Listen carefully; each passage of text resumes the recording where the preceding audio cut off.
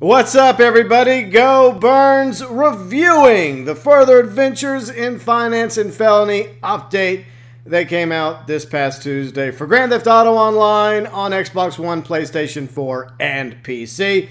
As always, with my review of DLC vids, we go over the pros, we go over the cons, and then I give you my final verdict regarding the DLC. By the way, you are welcome to give me your input regarding Finance and Felony. Leave it below in the comment section. Did you love it? Did you hate it? What did you like about Finance and Felony? And what did you not like about Finance and Felony? Feel free and leave it below in the comment section. So first off, we are going over the pros.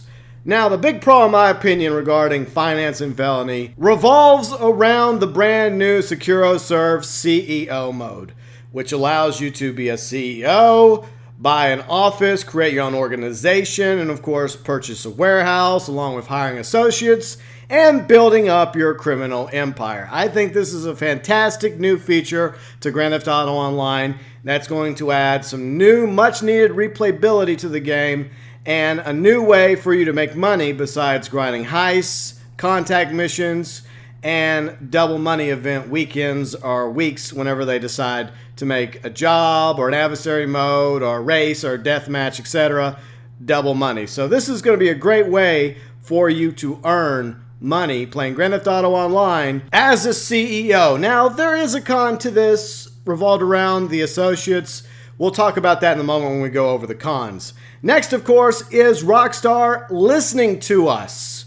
They say they listen to us, they encourage us to email them, and regarding the VIP clothing, for the most part, they actually listen to us. And they put most of the VIP bodyguard clothing that came with the Executives and Other Criminals update and variations of those clothing items into the clothing store for us to purchase. Next is, of course, the additions of weapon modifications for certain guns, certain firearms. When it comes to ammo capacity, like I mentioned, certain weapons at ammunition now have the ability to upgrade to box or drum magazines, which means you now have 100 rounds of ammo per magazine, which I think is awesome. And we already have so many guns in the game already that this is the best logical step for Rockstar to take instead of adding more guns that most of them aren't really useful anyways. They're just new. Add new mod options for the weapons. Add new skins. Maybe add some bayonets for the rifles. That would be awesome. But I definitely like the idea of upgrading the weapons that we currently have with new modifications. So hopefully Rockstar will continue that trend. The next pro is the ability to finally edit our weapon wheel. Thank you once again, Rockstar, for listening to us. Now, this comes with an asterisk. You simply can't just edit the weapon wheel and decide which weapons are going to appear and not appear on your own. In order to do that, you have to be a CEO, and you have to buy an office, and you have to get the gun safe upgrade in the office, which costs a few bucks in order to have this option. Now, that's something I kind of have an issue with.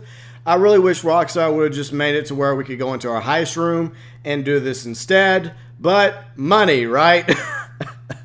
Now, from what I hear, there is a few minor issues revolved around the weapon wheel regarding like heists. It undoes your edit to where, like, whenever you go into a heist, you no longer have it edited to where you only have like a certain number of rifles or shotguns, pistols, etc. But hopefully Rockstar will fix that minor issue. But overall, it's nice to finally have the ability to edit our weapon wheel. The next pro is revolved around the vehicles, and yes, there will be cons regarding some of these rides coming up in just a few minutes. But the fact that we get new content is always a pro, in my opinion. Whether you like some of these vehicles or don't really care or actually loathe some of them, the point is we got new vehicles like the FMJ, the Reaper, two variations of the Benefactor XLS SUV, the brand new sports car Grotti Bestia GTS, I believe, the Windsor Drop, and of course the new van, the Rumpo Custom, And we also got some Pegasus vehicles. Now, you can feel one way or the other about these as well, and we will con some of these vehicles too in just a moment. We got now 2 cargo bobs that we can purchase. A brand new private jet, the Nimbus, the Tug from Grand Theft Auto 4, the Brickade, and of course, the luxurious new Volatus helicopter. Now, the other pro we got, which I guess you could put it on the fence of being a pro or a con, depending on how you feel about adversary modes. Yes, once again, we got a new adversary mode, Trading Places. My issue with it personally is it feels a lot like a new spin on death matches. Very similar to how In and Out felt like a spin on captures. The same thing goes for Trading Places, but like I said a moment ago, it is new content that you can play with or ignore entirely. I would recommend at least trying Trading Places with your friends at least once before you make a judgment about it one way or the other. It's just my opinion regarding Trading Places, but at the same time, some people may actually enjoy this new adversary mode. Now, the final pro I'm going to mention is all the patches and fixes that came with Finance and Felony. Now, we're not going to go over those patches and fixes because that list is like a mile long. But anytime Rockstar does things to tweak, improve, and fix issues in Grand Theft Auto Online, that's definitely a pro in my book. And now we move on to the cons regarding Finance and Felony.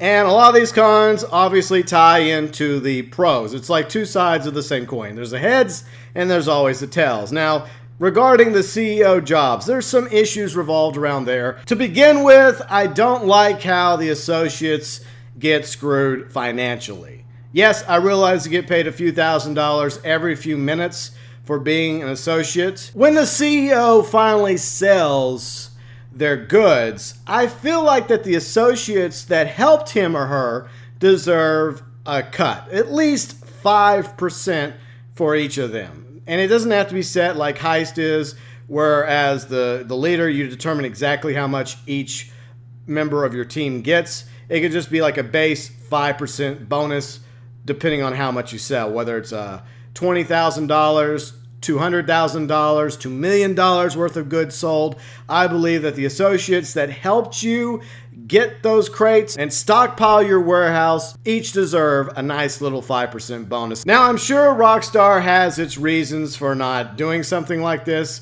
I mean, for one thing, obviously, the CEO puts up all the money and all the risks. They buy the office, they buy the warehouses, they're paying for the operations when it comes to picking up crates. All the money is on the CEO.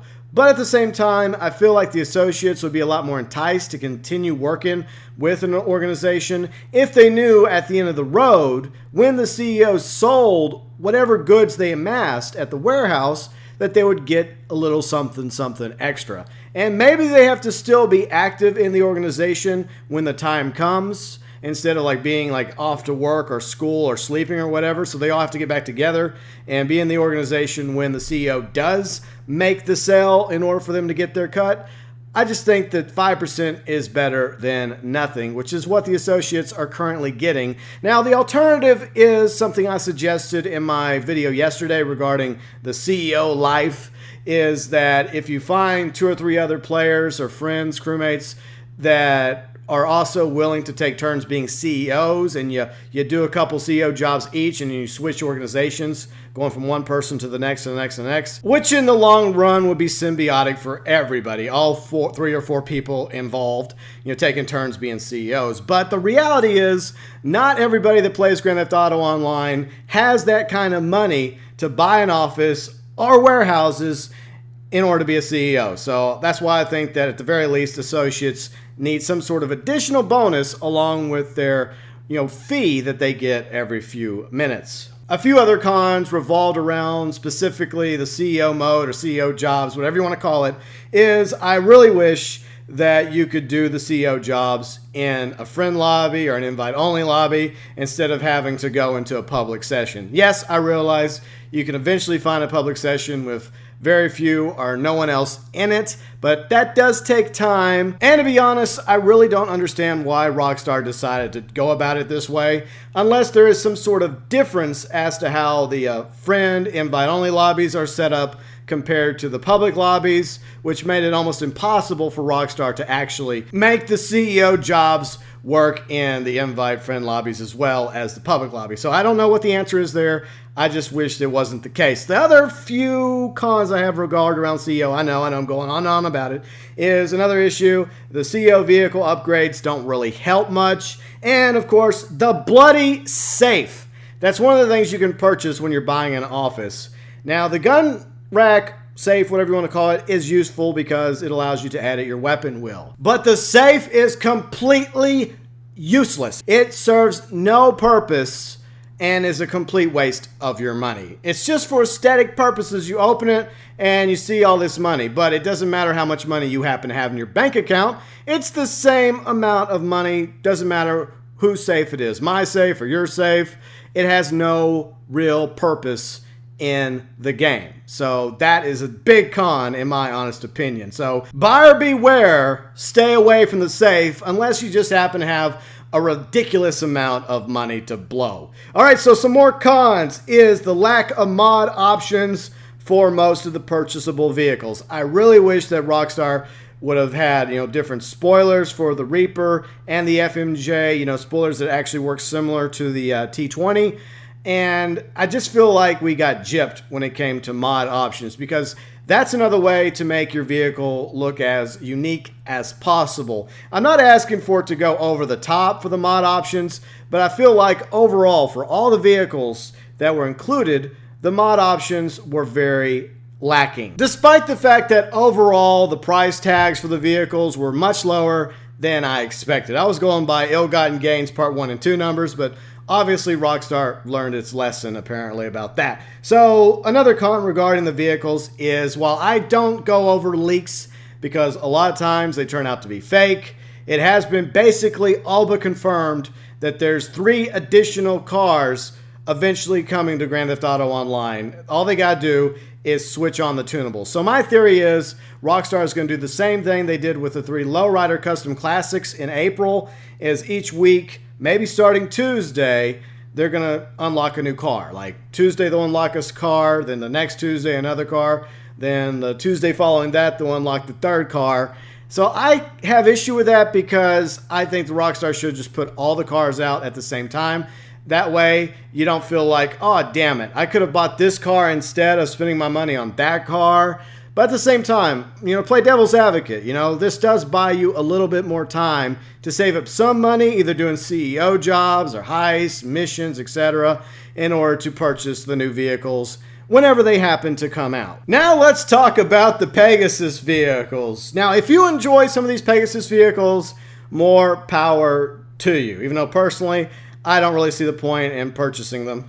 Hey, if they don't have guns or, any other weapons, rockets, missiles on them, I most of the time don't even bother with Pegasus vehicles. So first issue I had was with the Brickade, aka the Brick, is that I was very surprised that I could destroy it with just one RPG. And apparently even the upgraded version doesn't take any more damage. I mean, it looks like it's armored to the teeth, like a big brother of the insurgents. So I was expecting more in the defense capabilities of the Brickade. And that, in my opinion, is a disappointment, even though I know a lot of people enjoy driving around in the Brick. It's just an issue I think Rockstar should resolve. It should at least be able to take a couple rockets, 2 or 3.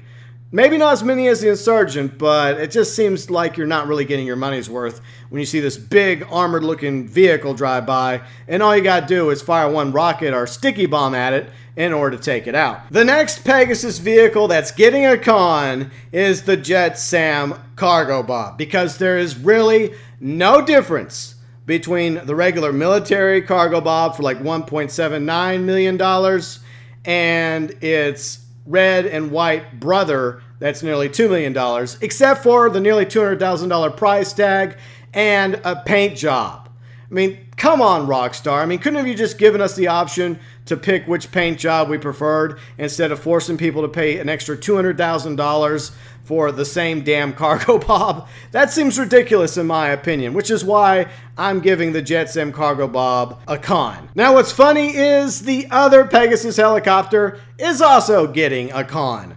The Buckingham Volatus deserves a con. Now, yes, it's a very fast helicopter. It's quick, it's nimble, it's way cheaper than I thought it was going to be. However, it is the absolute worst helicopter when it comes to landing. No, I'm not talking about landing on a yacht or on top of Maze Bank Tower. It's difficult to land on a helipad on a nice sunny day. I mean, WTF, Rockstar? It shouldn't start tilting over the moment you try to land the damn thing. And my final con revolves around, surprisingly, VIP customization limits when it comes to the new clothing. So I am grateful that Rockstar added all this clothing from executives and other criminals to the clothing stores for us to buy. However, a lot of that new clothing is very limited when it comes to customization. Now, I would cite several examples, but we've gone into like 16 minutes of this review, so I'm gonna go ahead and wrap it up with just one example. The shiny pants in the fitted pants section. You can only wear the black dress shoes with the shiny pants. You can't wear any other type of dress shoes. You can't wear any boots. Only that one pair of black dress shoes. And that's not the only piece of clothing that has this particular issue. But anyways, done with the pros and the cons. Now for my verdict regarding further adventures in Finance and Felony is this. Despite some issues, obviously, Finance and Felony is not only the best DLC in 2016. I know that's not saying much comparing to, the January 2016 update, the Valentine update, and of course, Lowriders Custom Classics. All those were average at best compared to previous updates.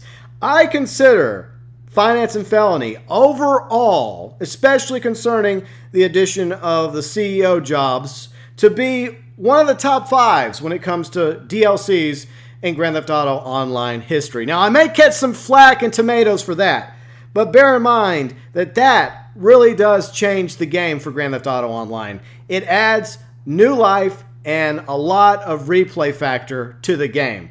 And of course, if you're interested in my top five, I would say offhand, heists, executives, lowriders, and the High Life update. Because those DLCs added more than just new content or new clothing or new cars. Each of those updates, including Finance and Felony, added something that fundamentally changed the way we play Grand Theft Auto Online.